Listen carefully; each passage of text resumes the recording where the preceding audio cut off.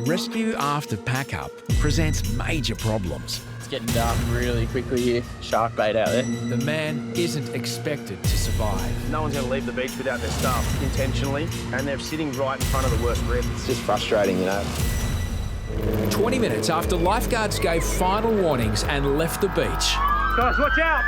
3 young Chinese men went swimming in Backpackers Rip. People take that risk, and I wish they wouldn't do that. The men were rescued by members of the public, but one man remains unconscious. He's not breathing and doesn't have a pulse. Just get back. Off-duty lifeguards saw the commotion. Mate, I was just after work swimming at Bondi and just seen the helicopter flying around Bondi, so I raced over and sure enough there was a resuscitation in progress in the south corner. Even if I was off duty, I still help people. It's one life. There is no price for that. Paramedics resuscitate the man using a defibrillator. I got a look at him as they were walking up the beach, and he wasn't looking real good at that stage. He has a pulse and is breathing, but remains unconscious. It's unclear how long he was underwater. We put such a big effort in for those 13 hours of the day to make sure everyone goes home safe, and when you hear of something happening after hours, it can be devastating. On pack up that night, there was only one small rip down south where Mario did the rescue during the day. The rest of the beach was quite calm and flat. So what I think happened was the 3 walked into where that small rip was, and then eventually couldn't stand up and started panicking. Today, news of the man's condition has been relayed to the tower. He's been in a coma for about a week, and they're flying him back to China today so he can go be with his family. So I thought I'd let you know. Yeah, it's just as I said, it's a fine line, you know, when you come down the beach and play in the water. Life and death. Well, That's pretty heavy. Hey? Yeah. Take it out. Yeah. You boys did a good job though. Yeah. You know? Pretty sad. The man isn't expected to survive. Mario was the last lifeguard to leave the beach, just minutes before the man drowned. yeah, I wish I could help him before, you know, like, it's very sad.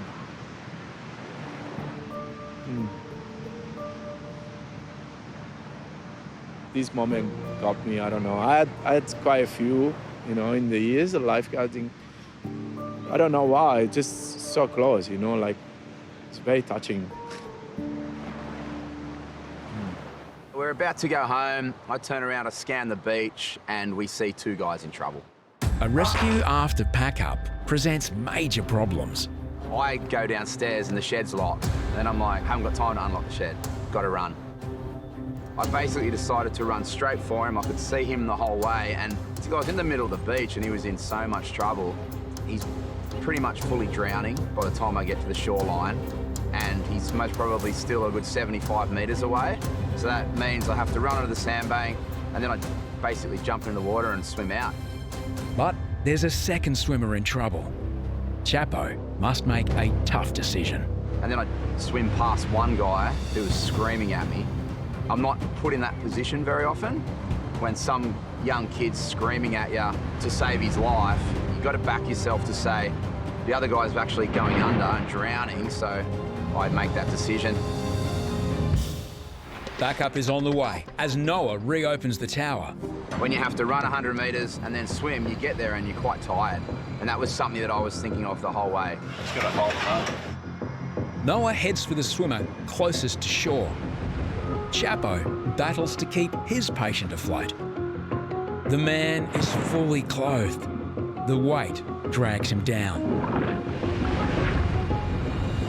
We're always aware of someone in a complete panic. We call it climbing the ladder, so if you're drowning, you're just like trying to keep your head above water, making it dangerous for you to rescue him, and basically can pull you underwater.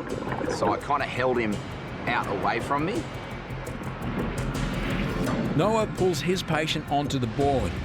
Chapo has to swim his patient in. Once he was calmed down, I was able to kind of turn him and me lay on my back with him in front of me, and we found the sandbank and I just brought him in. day. Swimming in a rip, fully clothed, after hours, these men are lucky to be alive.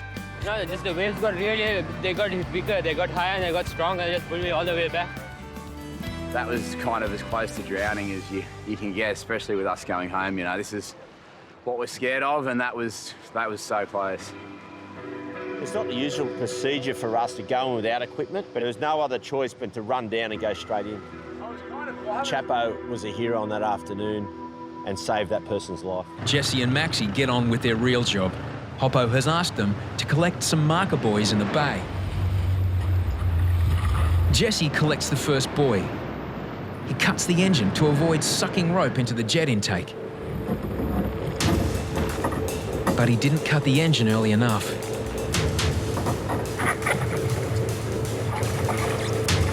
The rope is caught in the intake. Jesse puts the ski in reverse to try and blow the rope back out.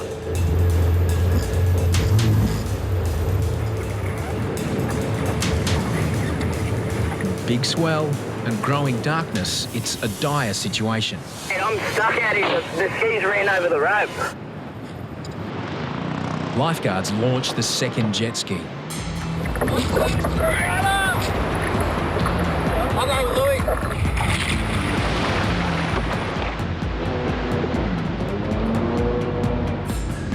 If one of these sets comes through and cleans him up, the ski would get totaled or the ski could get washed up the rocks. Can you get it out? It's got sucked straight up the jet. As Jesse flounders, the rescue party can't make it through the waves. It's going to take them a while to get through this break in the skis. 3 of them on there. The boys are struggling there to get through.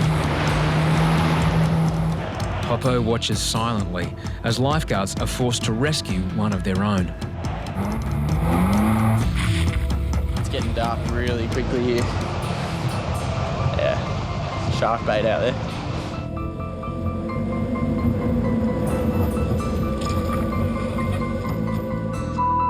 The boss is not happy. As darkness approaches, Jesse is stranded 400 metres from shore in huge seas. Oh, look at this set coming through now. The rescue team can't get out.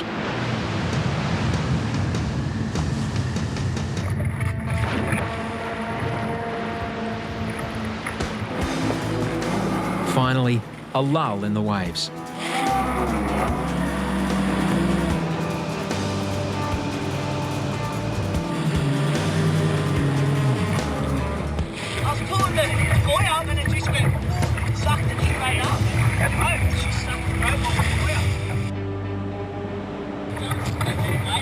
They're going to have to go under and cut it out of the engine. The buoy is cut loose, but the rope is still caught in the intake. The stricken jet ski is now a 400-kilogram dead weight in 8-foot surf. Towing it to shore is too dangerous. There's only one alternative. They're going to have to surf it in, which should be interesting. With light fading fast, Maxi and Deano kick to shore. A wave looms, but spares them. At the most critical point, finally, some luck. They've got the best lull in the day. Just behind the whitewash. Suddenly, a wave peaks. The lifeguard's instincts kick in. On a wave. They're on a wave. They got it.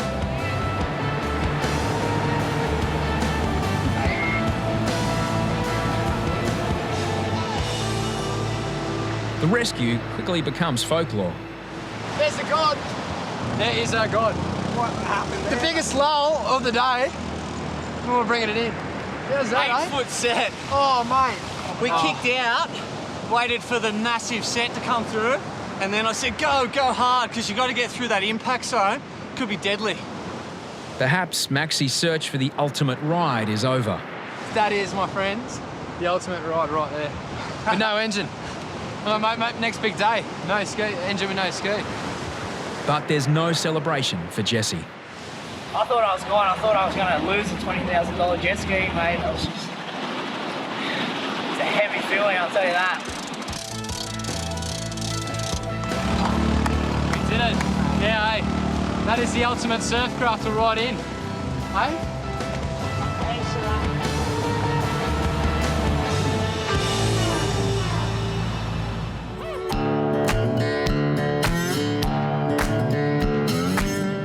$7 p.m. After 53 rescues and 13 hours working in 30-degree heat, it's time for pack-up. But he got me yesterday too. Now, typically we just give one last scan of the beach, particularly on the problem areas that we had during the day. Hang on, hold. We noticed that we had a problem. Dumb guy's got him on a surfboard. Swimming outside of patrol hours is a huge risk. We've given announcements down there, you know, lifeguards going home for the day, please do not swim in this rip. Today, just a few minutes more, and this could have been fatal. Well, yeah, that's the whole thing, you know, if we turn our heads or if it's 2 minutes later, the danger is that the whole family drowns.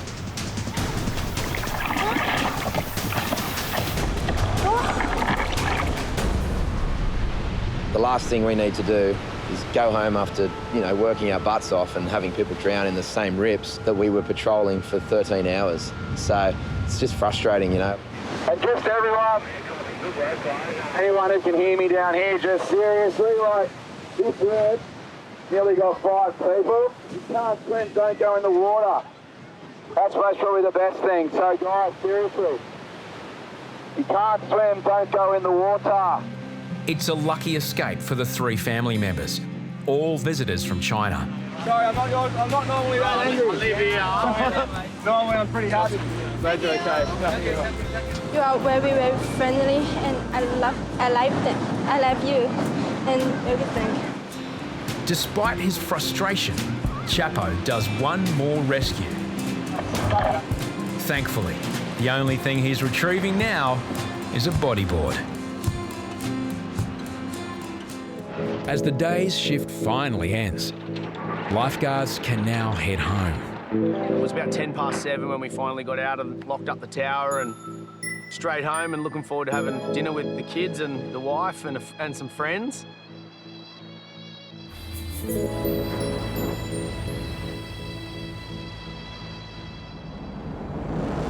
Then, Whippet gets an emergency call. So I got home at 20 to 8, my phone rings. It's a fellow lifeguard with news. There's someone missing down at Bondi. You know, the helicopter's on the way, the cops are on their way. Living close to the beach, I thought it was just my duty to kind of come back down and check what was going on. Having been here all day and sitting on the rips and knowing where the water was moving, I knew I'd be an asset to the cops or the ambos. When Whippet gets back to the beach, a major search is underway. When I arrived, you know, you're always going to expect to see some lights and sirens and stuff, but there was the full artillery out there. A man has been missing for more than 2 hours. He was last seen in the water. He's travelled from Vietnam with his wife to visit his son and daughter. It's his first time at Bondi.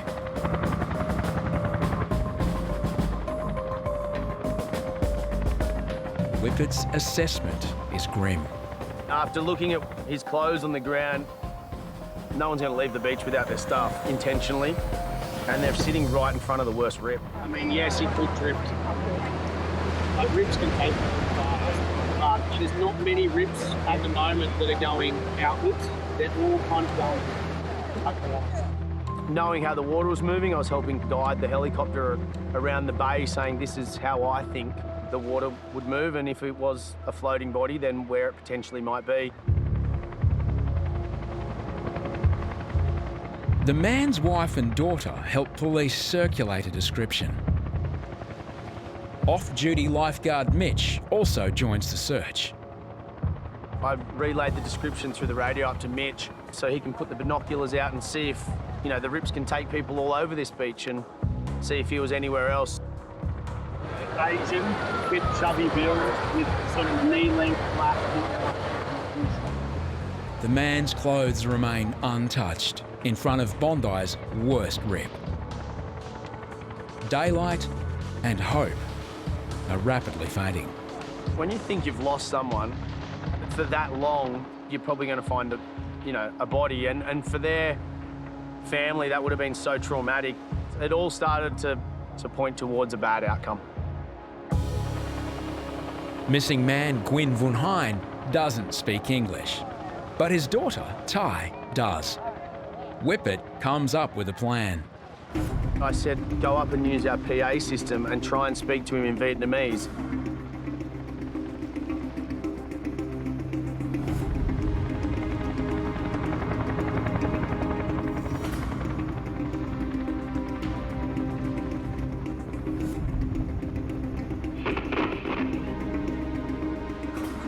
Nguyễn Văn Hành, nếu con đang ở trên biển, hãy lên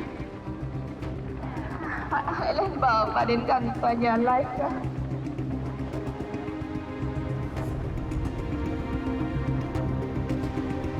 Ty's father, Gwyn, has now been missing for almost 3 hours. As light fades, the search may soon be called off. I was on the beach, you know, obviously hoping not to have to paddle out and retrieve a body, but kind of ready to go. And then the next call that came through the police radio was, oh, we haven't seen a person, but there's a good size 12-foot so shark in the boot. It was literally just off the berg. So obviously my concerns were high. You never want to think that someone's gone until you find them. So yeah, it was stressful.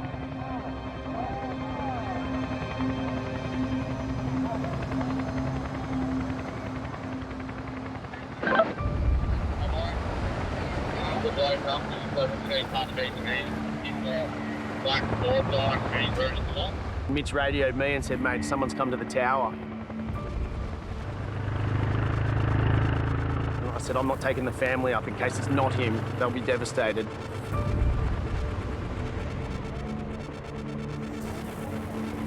You've got to be very careful with the family not to give them hope that isn't warranted.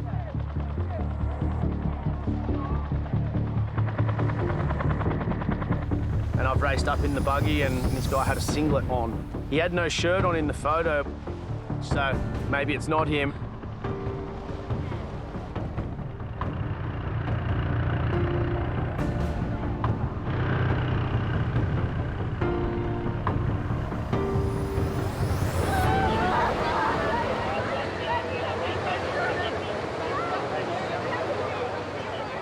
We've got him, it's going to be all good. I knew we had him, and you know, your heart rate drops instantly and it's like a big weight off your shoulders. It's a huge relief when it works out for the best.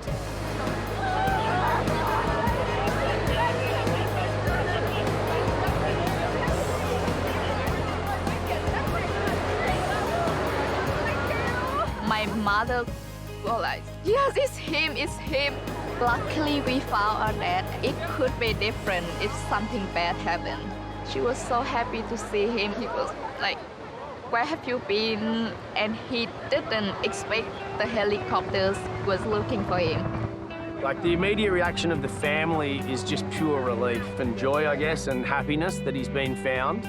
But it also quickly kind of turns to like, where have you been? My mother was like fighting him. We were waiting here for 3 hours. Where the hell are you going? Ty's mum was, yeah, she was letting him have it. Yeah, I think Ty's dad's in the bad books for a little while. I just feel, thank God, thank God, like, we finally can see him again. Yeah. Yeah, very good result.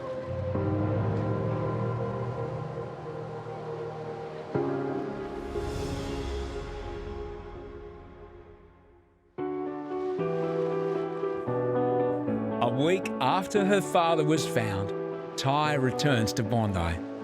Her parents are back home in Vietnam. But what happened the night her father went missing? When I came back here, I saw the beach, and it's still the beach, but for me, it's like unforgettable memory for me and for my family as well. Hello. Hello. Hi, how are you? Good. Good to see you. Yeah, a bit less stressful today, huh? Yeah. How's your dad? He's good? Yeah, everything back to normal. Where was he? He was like around the walk to the McDonald's. He went to McDonald's. Yeah. Like he said that he heard me like speaking. Oh, on the speaker, yeah. He heard his name. I so appreciate. Nah, that's all right. No worries. That's what we're here for. I'm glad in the end that he was safe, and Yeah, I appreciate. hopefully your mum gave him a smack for being naughty and disappearing on everyone, huh? And remember, next time your dad comes, tell him to swim between the flags, all right? See you later. Bye-bye. Ty's dad went to McDonald's. It's like there's police and ambulances and jet skis and everything looking for you, mate, and you didn't even bring us back a cheeseburger.